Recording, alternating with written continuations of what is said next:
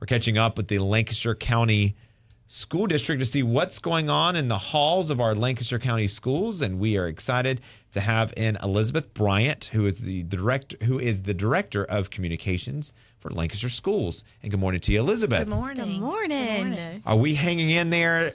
Are we hanging in there at the Lancaster schools with the end of school right around the corner? Yes, we are so excited. We've begun our season of celebration, and we are just hanging in. We've got about another week and a half, and so we're hopeful for our students and staff to make it through and have a little break, and we're just excited to be celebrating everybody this time of year. Did the Lancaster School District, did you operate on a modified school calendar? That is a great question. That's okay. And she's new in her position. Yeah, so give her grace. She's throwing a lot. I knew it was a couple of them. I'm not sure. When's the last? Our last day is next Friday, the 31st. Okay. And so looking towards the future, we have proposed different modified calendars in the future. So Gotcha. We'll see how that all shakes out with our staff. I'm thinking back to, that's about, we're end of May. No, never mind. I feel like it was early, mid-May. Years ago, we'd get out. Yeah. We would get out usually before Memorial Day, but it also right. depends on when districts set their own calendar and kind of go from there. So it's a lot of moving parts for sure. Well, you mentioned celebrations, and as we wrap up the school year, there's a time to celebrate everyone. And you all have had a whole season of celebrating, it sounds like, just the other night at your school board meeting. Yes. So at our school board meeting, we were excited to celebrate 64 individual student awards, which included some career and technical education awards. We wrapped up celebrating our junior scholars throughout the district. We had to split that over 2 board meetings, and so 64 total students were recognized the other night. Our all-state choir students were recognized from our district, and it was just a great time of celebration. In with that, we also had teacher celebrations, so we had some special recognitions. We had the Jesse, I'm going to make sure I say this right, the Jesse W. Little Award winner, Carrie Hasselbacher from Indian Land Middle School. There are teachers chosen. There were 9 teachers chosen as finalists, and 4 of those finalists were from Indian Land Middle School, and Carly was the winner of that. And so then we also had the South Carolina Association of Career and Technical Education Find Your Inspiration Teacher of the Year, Chef Dominic Hawks, who's at our Lancaster County Career Center, and we recognized him as well. And with that, we finished up recognizing our Teacher of the Year and Beginning Teacher of the Year recipients for the Indian Land area, because we had recognized the others the previous month. And then we had our Purchase Award, and this is our first Purchase Award. We talked a little bit about Youth Art Month last time when I was here, and so we honored our Best of Show 3D winner, and it's Sophia Kelly from Indian Land Middle School. And her clay monster, our district's actually purchased that, and it's on display in our district office and will remain there. And so our board chairman, Brad Small, he displayed it after we awarded her the other night with her Purchase Award. He displayed that for all to see in front of the board throughout the meeting. So, and now it's in our lobby of our district office. I love that so much. Well, that's really big special. When we a little this clay guy's animation? it's a little clay about this big. She said it kind of started like a frog, a lizard combination, and turned into a little monster, and it's really wonderful. How cute. Yeah, so. Oh, that's cool. And then the district purchased that, so Yes. she's an artist that She is. Her that her can products are out there in the world. claim to fame. Well, that's great. So that's going to be housed at the district office Yes. there. Yes. There in Lancaster. For all of these recognitions, were these students present to The majority of our students were present. Those who were unable to attend or didn't show up, we will send their trustees award through the courier system in our district, and they'll receive a plaque.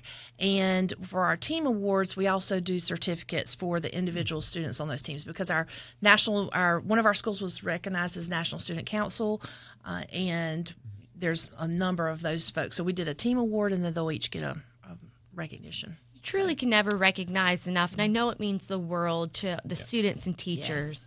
Yes. To have their name read aloud in a public setting, you know, Right. some folks might just take it for granted. Some kids could probably go like whatever, but for some it could be a game-changing moment to get that kind of recognition and the fire that they need to continue the rest of their school years there in Lancaster. So that's kudos to you all. You also took some time to recognize your Hall of Famers. Yes, so we recognize 3 Hall of Fame recipients this year.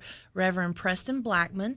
Reverend Blackman is actually deceased, so his daughter accepted the award. She spoke on his behalf and accepted the award, and he was a leader that he was known as the Southside man. So he was from the community of Southside, and he actually gave back not only into that community but into this county as well. Over in York County, he worked in 4 different districts throughout his lifetime. He was also our first Black police officer in Lancaster. He served as mayor pro tem for a while. It was just numerous things, but we also recognized Mary Berry, who is one of our former administrators from Andrew Jackson High School. She was Andrew Jackson High School's principal, but that's just one of the many things that she's done throughout her career, working with literacy. She was on a number of committees over time, but she just really is the heart of Lancaster. And our third inductee was Richard Gay, who is a former English teacher from Lancaster High School, and he was very involved with Junior Civitans as a sponsor, and so he's touched a lot of lives that have now gone on to be civically involved in our community. And so all of these Hall of Fame inductees just have they had a combination of the importance of literacy and what they could give back into our specific community, but also how they helped to others to become civic leaders and go out into our greater community, not just of Lancaster County, which of course we're excited about, but our surrounding counties as well. Well, speaking of literacy, I understand that a portion of a community in Lancaster County got lots of books.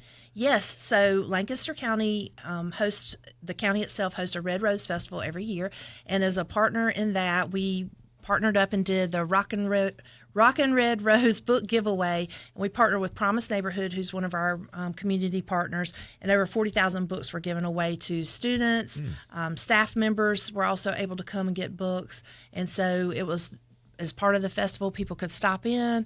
They had some information about summer camps available. They did some face painting at that specific location, and so it was really a great time, exciting. Yep. Elizabeth Bryant is joining us from the Lancaster County School District. She is the Director of Communications. This week during your school board meeting, you all tackled the budget, which a lot of school districts are doing now. Where are we in that process? What's the dollar amount, and what are some of the bells and whistles that are part of that discussion? So we have done our first read of the budget, and that was presented the other night. And I don't have the exact dollar amount, but it's somewhere around $182 million. So one thing that was really interesting was to hear how we're continuing. We really see the need, as everyone throughout the state does, about teacher retention and about honoring the work of our professional educators. And so that was a portion of the proposed budget, was discussed about how that will be addressed. And then as well, some other things were addressed as far as individual school needs and for principals to have some ability to have input into how their general fund would look. With that, we also had a presentation of our capital plan, and so we have talked about in the past when I was here about our proposed bond, and so our capital plan was presented, and with the capital plan, they looked at things that we could do for capital needs that may not be covered by the bond if the bond were to pass, and so looking at how we could best address those needs, and then also still keep in mind that we may have to readdress some of the other needs if the bond does not pass. And so it was really interesting to see all the work that went into that and to hear about how those needs are going to be addressed throughout our schools. And then also to know that, we're continuing to look to the future. The growth and development, as we said, it's happening right there, and it's exciting. For sure. And of course, if you've got questions about the proposed bond, there is a big tab on the Lancaster County School District's website that it's kind of like all of your frequently asked questions. So click on that and go from there. And is the timeline still for it to be on the November ballot? The timeline is still for it to be on the November ballot, and I appreciate you circling back to that because we did actually partner up with a platform called Let's Talk K-12 Insight, and so we've kind of revamped that bond page for information purposes, where our stakeholders are able to go out and give us suggestions, ask questions, give comments, give us concerns about things, and they can even compliment if there's something about the bond that they like. But those questions will go directly to the appropriate departments, and then they'll be addressed. We've set a time frame for those responses to go out, and so we're excited about that because it's going to help us to kind of track some data, but it's also going to improve our two-way communication with our stakeholders, and that's really a goal that we have, to be transparent and also to have that excellent communication. And we're going to build that out over time where that's going to be a part of other areas of our website as well, and built in with different departments so people can get to the right person in a timely fashion, and we can continue those lines of communication. Fantastic. All right. Well, here's to a great school year for those in the Lancaster County School District. Have a safe summer. And, of course, happy graduation to the class of 2024. Elizabeth Bryant, again, is the Director of Communications for the Lancaster County School District.